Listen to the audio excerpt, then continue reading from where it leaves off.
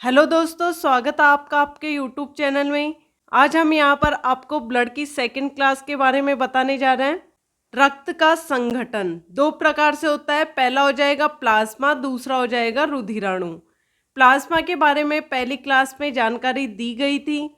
अब यहाँ पर आज हम आपको रुधिराणु के बारे में जानकारी देने जा रहे हैं। रुधिराणु यह रक्त का 45% भाग होता है। ये वाली चीज आपसे पूछ सकता है कि रक्त का 45 भाग कौन सा होता है, तो इसका आंसर हो जाएगा रुधिराणु। इसे 3 भागों में बांटते हैं। तो यहाँ पर पहला दिया गया है लाल रक्त कण, इसको शॉर्ट में कहा जाता है आरबीसी। दूसरा दिया गया है श्वेत रक्त कण, इसको कहा जाता है डब्ल्यूबीसी। और जो तीसरे नंबर का है इसको कहा जाता है रक्त बिंबाणु, इसको इंग्लिश में कहा जाता है प्लेटलेट्स। तो इन 3 के बारे में यहाँ पर आज हम आपको जानकारी देने वाले हैं। यदि हम डायग्राम में देख लेते हैं कि आरबीसी, डब्ल्यूबीसी और प्लेटलेट्स किसे बताया गया है, तो देखिए डायग्राम के अंदर जो रेड कलर का दिया गया है ना, इसको कहा जाता है रेड ब्लड सेल, लाल रक्त कण।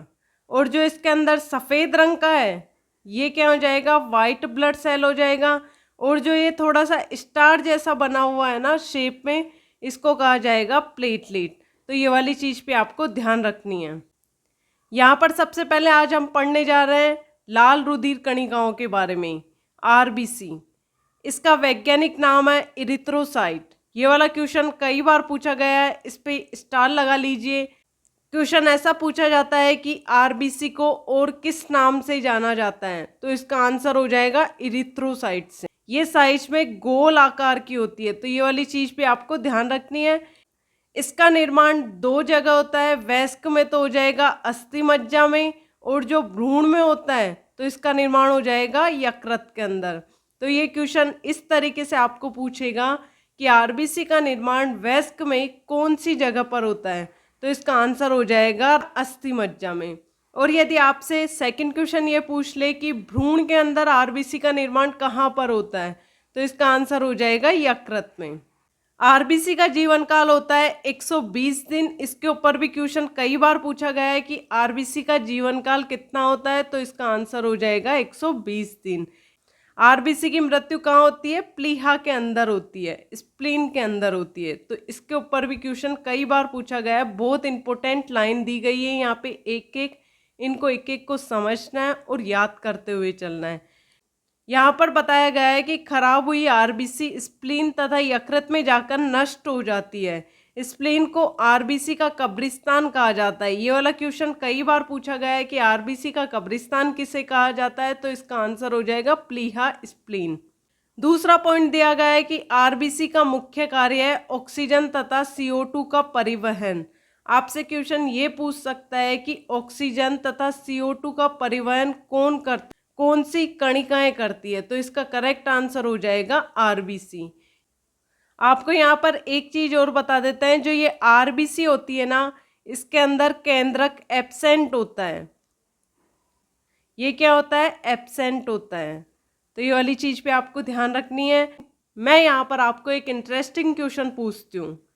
मैं आपको यहाँ पर बोलूँ कि मेरे ब्लड के अंदर आरबीसी से, किससे, आरबीसी से डीएनए और आरएनए का पता लगा सकते हैं?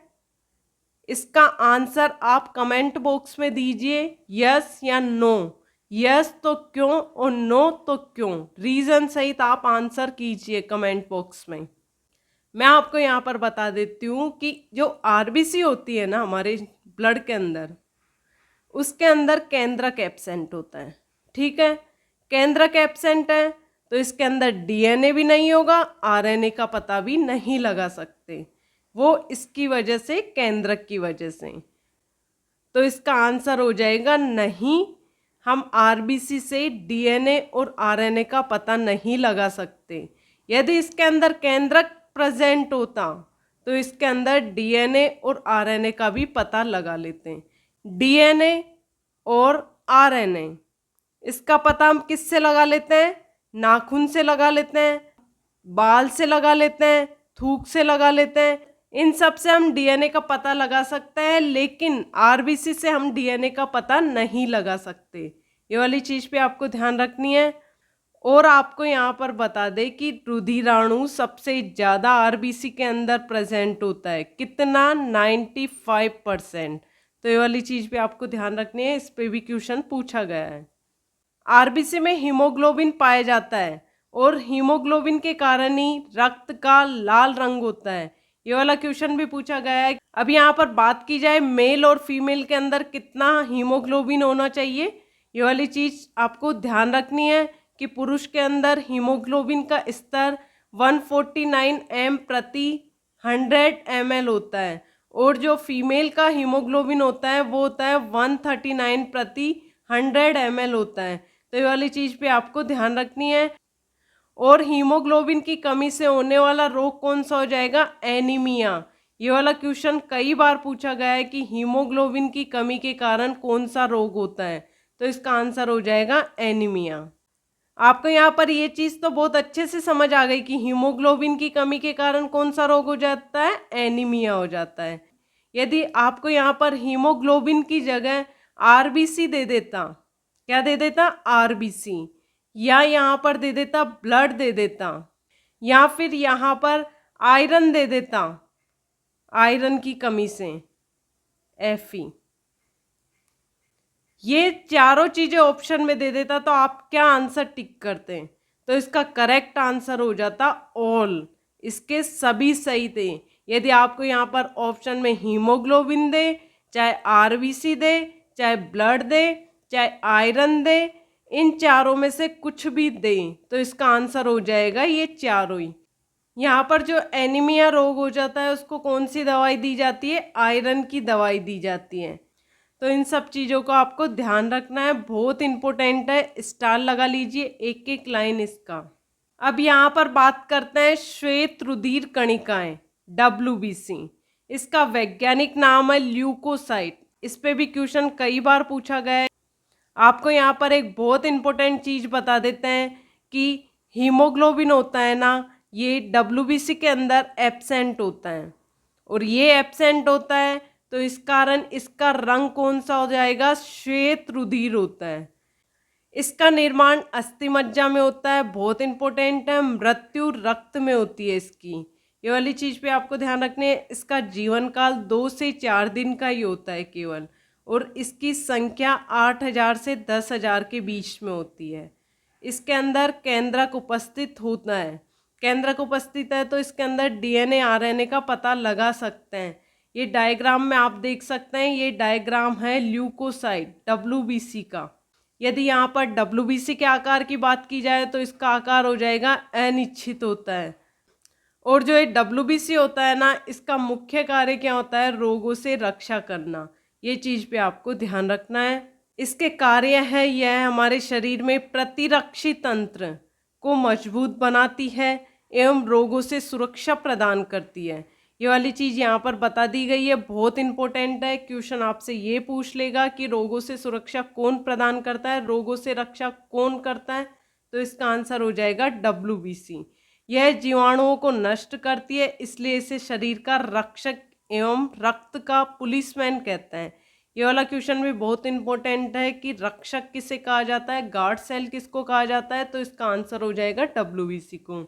इसमें हीमोग्लोबिन नहीं होता है जिस कारण यह सफ़ेद रंग की दिखती है। तो ये वाली चीज़ पे आपको ध्यान रखनी है।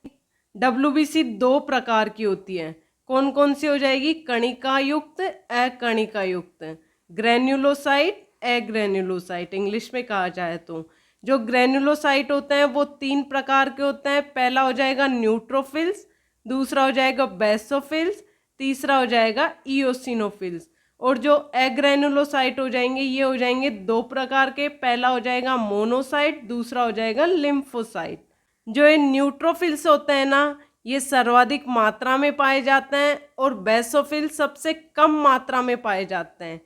इस तरीके से आप इसको याद रखना, न्यूट्रोफिल्स, न्यू मतलब कि नया, तो नया बनेगा तो खूब सारी चीज़ों का निर्माण होता है, मतलब वो सर्वाधिक मात्रा में होता है। और बेसोफिल्स मतलब कि कम मात्रा में होता है। और जो इसके अंदर एग्रेनुलोसाइट है, इसका पहला हो जाएगा मोनोसाइट, ये क्या हो जाएगा, सबसे बड़ी WBC है। तो ये वाली चीज़ भी आपको ध्यान रखनी है। लिम्फोसाइट कौन सी हो जाएगी, सबसे छोटी, यदि एग्रेनुलोसाइट की बात की जाए तो मोनोसाइट सबसे बड़ी हो जाएगी और लिम्फोसाइट सबसे छोटी हो जाएगी। लिम्फोसाइट को टी सेल भी कहा जाता है, ये चीज़ पे आपको ध्यान रखना है कि टी सेल किसको कहा जाता है, तो इसका आंसर हो जाएगा लिम्फोसाइट को। आगे हम लास्ट बात करते हैं प्लेटलेट्स की। इसका वैज्ञानिक नाम हो जाएगा थ्रोम्बोसाइट। बहुत इंपॉर्टेंट है, कई बार क्वेश्चन रिपीट हुआ है। इसका निर्माण भी अस्थि मज्जा में होता है और जो WBC है उसका निर्माण भी क्या होता है, अस्थि मज्जा में ही होता है। इसकी मृत्यु प्लीहा में होती है। देखिए आप यदि कंपेयर करोगे तीनों चीज़ों को तो आपको बहुत जल्दी याद होगा। यदि आप रटते रटते याद करोगे तो वो आप भूल जाओगे, अभी याद है लेकिन बाद में इसको भूल जाओगे। इसके अंदर केंद्रक नहीं पाया जाता है, तो ये वाली चीज़ पे आपको ध्यान रखनी है। इसके अंदर भी RBC और WBC का पता नहीं लगा सकते। जो RBC होती है उसके अंदर भी केंद्रक एब्सेंट होता है और जो WBC होती है उसके अंदर केंद्रक पाया जाता है। तो इन तीनों में से केंद्रक किस में पाया जाता है, तो इसका आंसर हो जाएगा WBC के अंदर। इसका जीवन काल भी बहुत कम समय के लिए होता है, 3 से 5 दिन के लिए। सबसे ज़्यादा जीवन काल किसका होता है, RBC का। कितना होता है, 120 दिन का। तो ये वाली चीज़ पे आपको ध्यान रखनी है। इसका कार्य हो जाएगा रक्त का थक्का जमने में मदद करना है। प्लेटलेट्स केवल स्तनधारियों में पाया जाता है, तो ये वाली चीज़ पे आपको ध्यान रखनी है कि प्लेटलेट्स होती है ना वो केवल स्तनधारियों में ही पाई जाती है। सामान्य व्यक्ति की प्लेटलेट्स कितनी होती है, ये चीज़ आपको ध्यान रखनी चाहिए कि सामान्य व्यक्ति है उसकी प्लेटलेट्स हो जाएगी 1.5 लाख से 4.5 लाख प्रति माइक्रोलीटर। और जो डेंगू बुखार हो जाता है उसमें प्लेटलेट्स की संख्या तेजी से कम होती है। कितनी हो जाती है, जब डेंगू हो जाता है तो 30,000 40,000 आ जाती है, बहुत ही कम आ जाती है जिसको भी डेंगू होता है। तो ये वाली चीज़ आपको ध्यान रखनी है। और यदि इसके आकार की बात की जाए कि इसका आकार किस तरीके से होता है, तो इसका आकार हो जाएगा उत्तल लेंस जैसा। आपको यहाँ पर बता दें, यदि किसी को डेंगू बुखार हो जाता है तो डॉक्टर लोग क्या बोलते हैं कि इसको गिलोय का जूस ज़्यादा से ज़्यादा दीजिए, एलोवेरा का जूस दीजिए, बकरी का दूध बहुत अधिक मात्रा में दीजिए और ज़्यादा से ज़्यादा इसको फ्रूट खिलाइए। तो डेंगू के अंदर ये वाली चीज़ें बताई जाती है डॉक्टर के द्वारा, गिलोय, एलोवेरा, बकरी का दूध और काफ़ी मात्रा में फ्रूट। तो ये चीज़ आपको ध्यान रखनी है। यदि आज का वीडियो आपको पसंद आया हो तो लाइक शेयर एंड कमेंट कीजिए और चैनल को ज़रूर सब्सक्राइब कीजिए। धन्यवाद।